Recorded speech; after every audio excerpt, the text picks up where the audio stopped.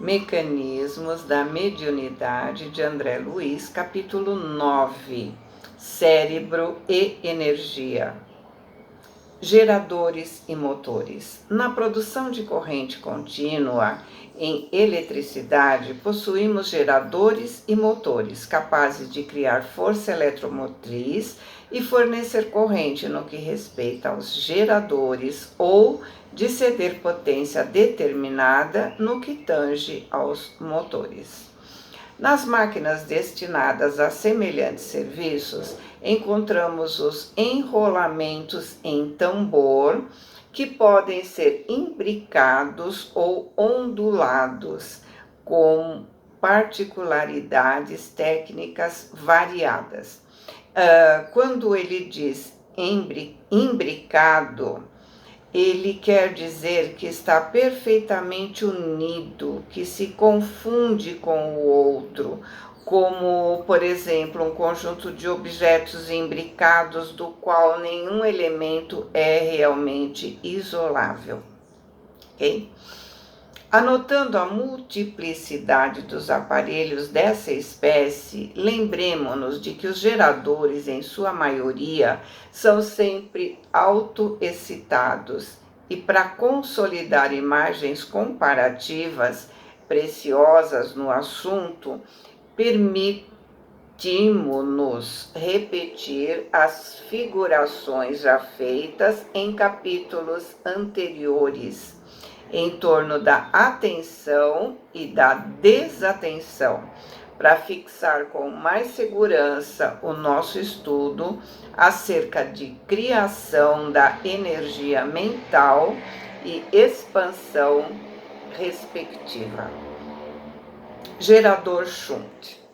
Observemos um gerador shunt em que o fenômeno da corrente elétrica é mais acessível ao nosso exame, imaginando-se o seu interruptor aberto quando o induzido começa a girar.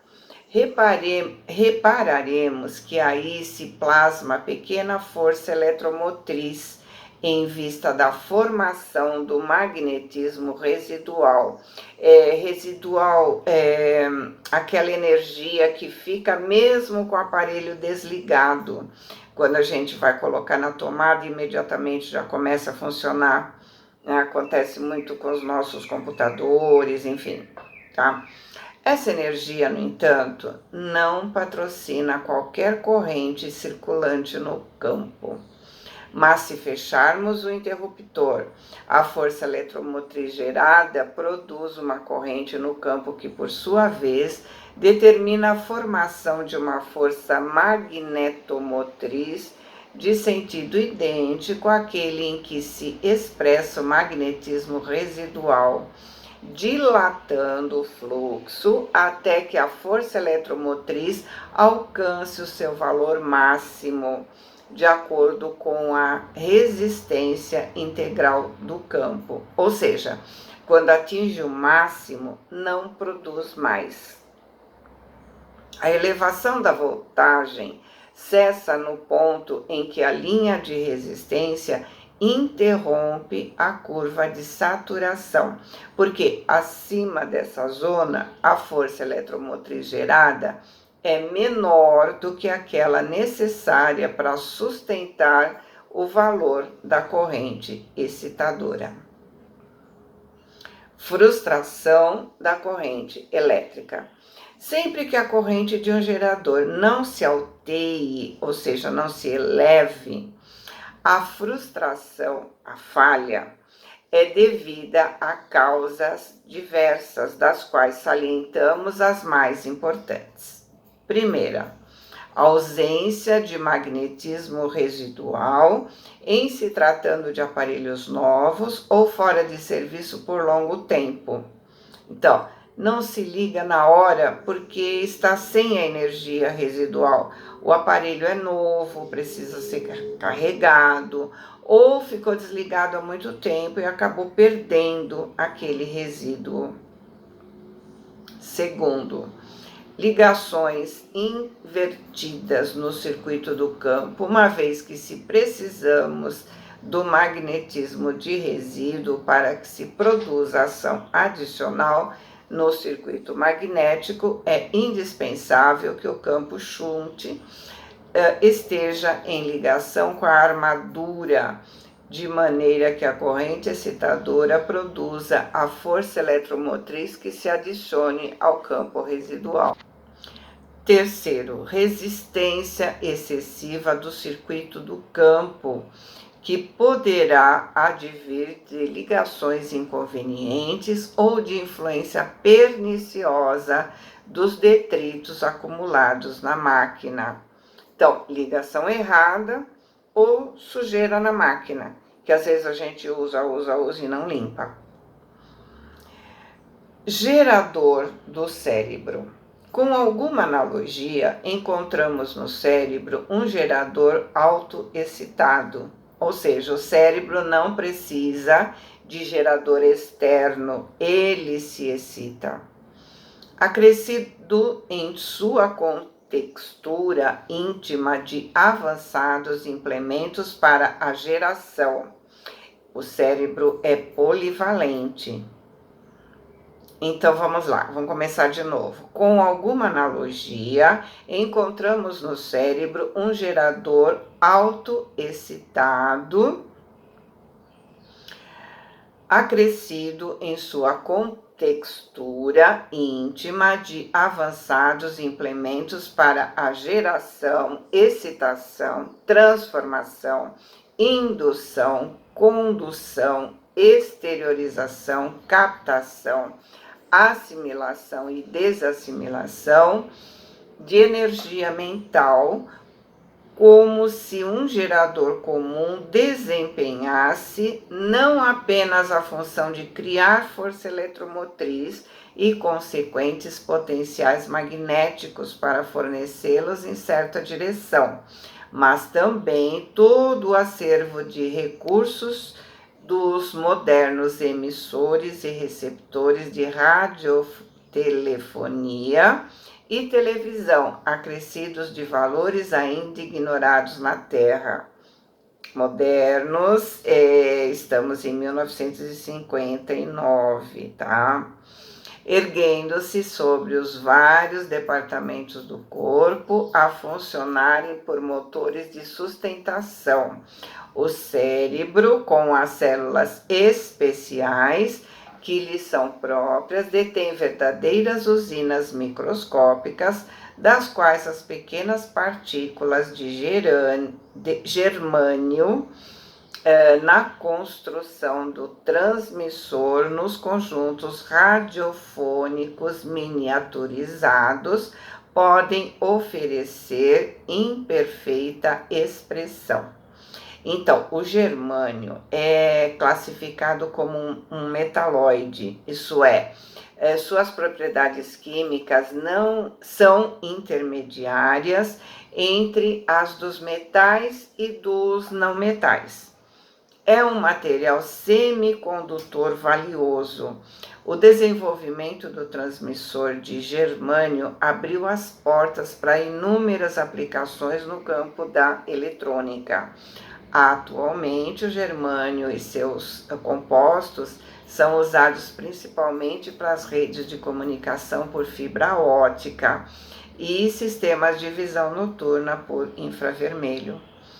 De 1950 até o início dos anos 1970, essa área fornecia um mercado crescente para o germânio, mas o silício de alta pureza começou a substituir o germânio em transmissores, diodos e retificadores de 1950 até o início de 70.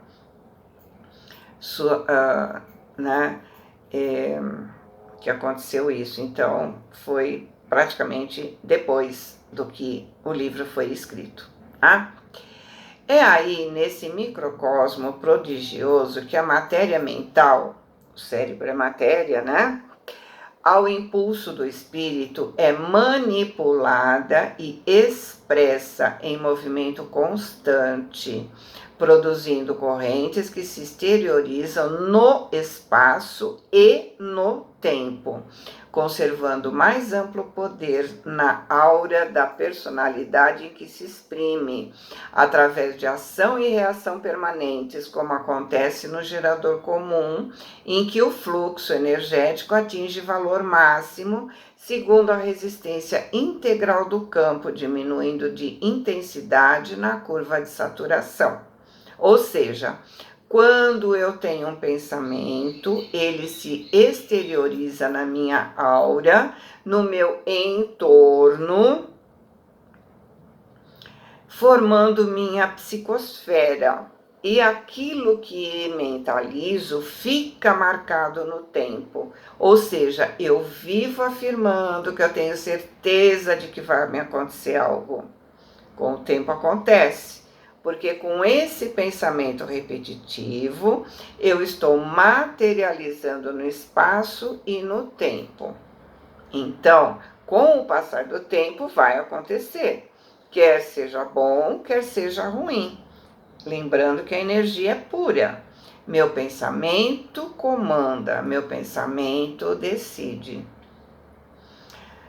Nas reentrâncias de semelhante cabine, nas reentrâncias do cérebro, de cuja intensidade a criatura expede as ordens e decisões com que traça o próprio destino, temos no córtex os centros da visão, da audição, do tato, do olfato, do gosto, da palavra falada e escrita, da memória e de múltiplos automatismos em conexão com os mecanismos da mente, configurando os poderes da memória profunda, do discernimento, da análise, da reflexão, do entendimento e dos multiformes valores morais de que o ser se enriquece no trabalho da própria sublimação.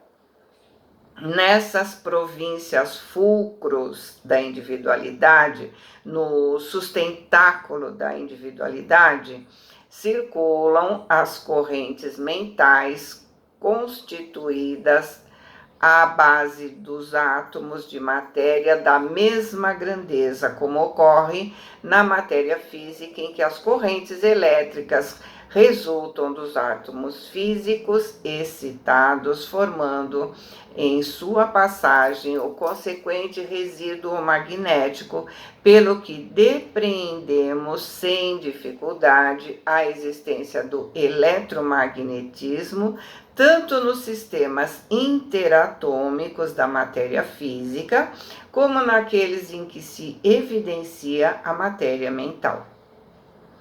Corrente do pensamento. Sendo o pensamento força sutil e inexaurível, que não cessa, não para de criar, do espírito, podemos categorizá-lo assim à conta de corrente viva e exteriorizante. Mostra o que somos, com faculdades de autoexcitação e autoplasticização. Molda a matéria, inimagináveis.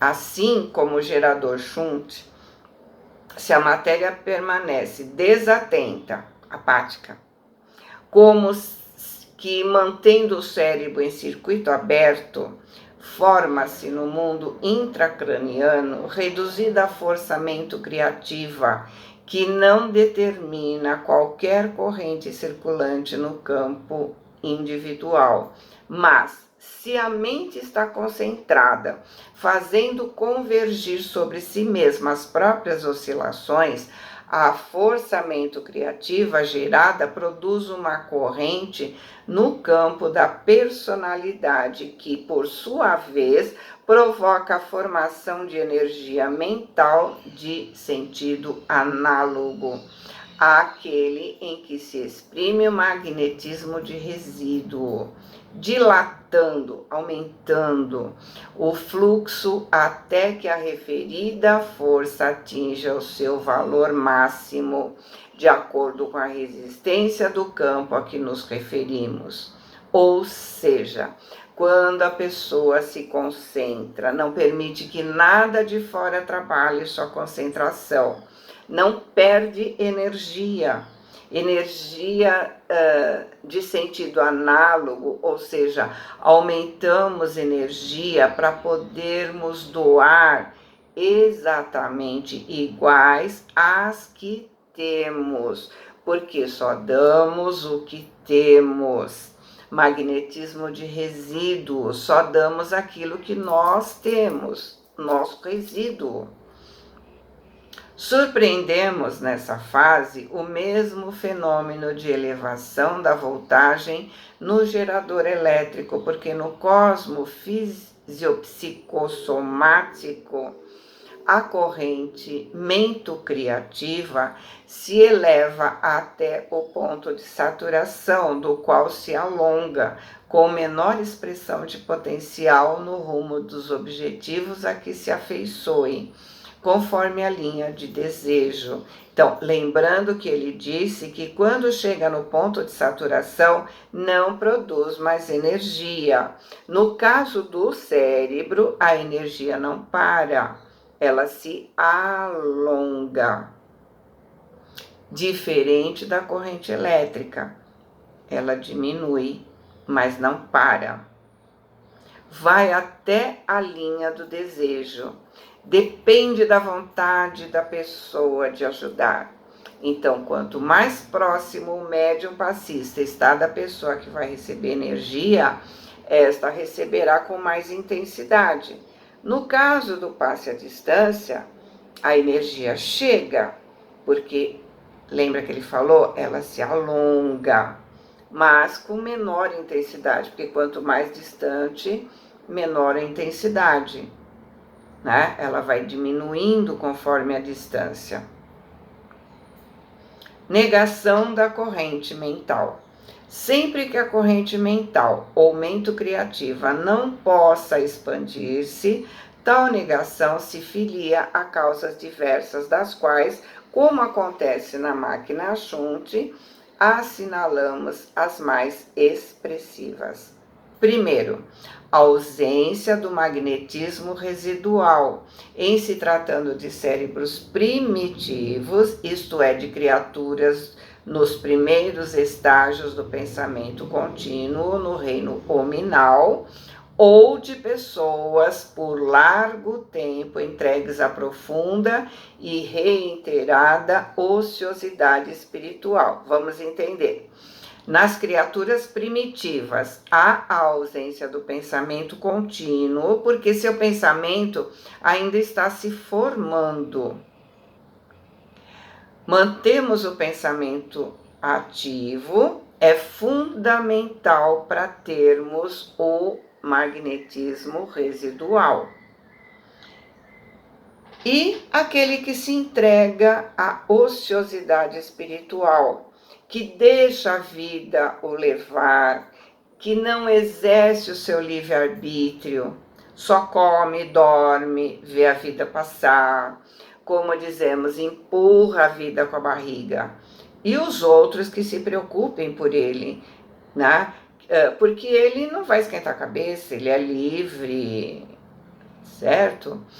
Então, se ele não excita a sua mente, se ele não busca aprender coisas novas, não faz a sua reforma íntima, não estuda, ele não forma resíduos para alimentar o seu cérebro. Ok? Segundo, circuitos mentais invertidos, em razão do monoideísmo vicioso, na maioria das vezes agravados por influências obsessivas. Então, o monoideísmo, a gente já viu, é a ideia fixa.